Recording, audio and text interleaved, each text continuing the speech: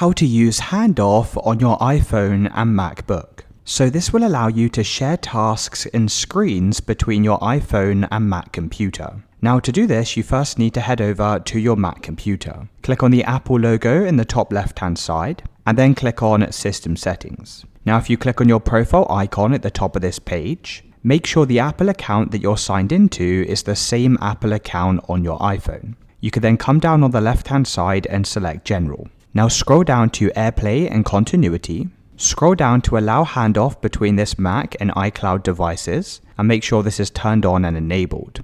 Now once you've done this, you'll need to head over to your iPhone. From your iPhone, go and load up your settings. Click on your profile name at the top of this screen and make sure this is the same Apple account that you're signed into on your Mac computer. Now come back over to the previous window and then you can scroll down and click on General. You can then scroll down to AirPlay and Continuity. Scroll down to Handoff and make sure this is turned on and enabled.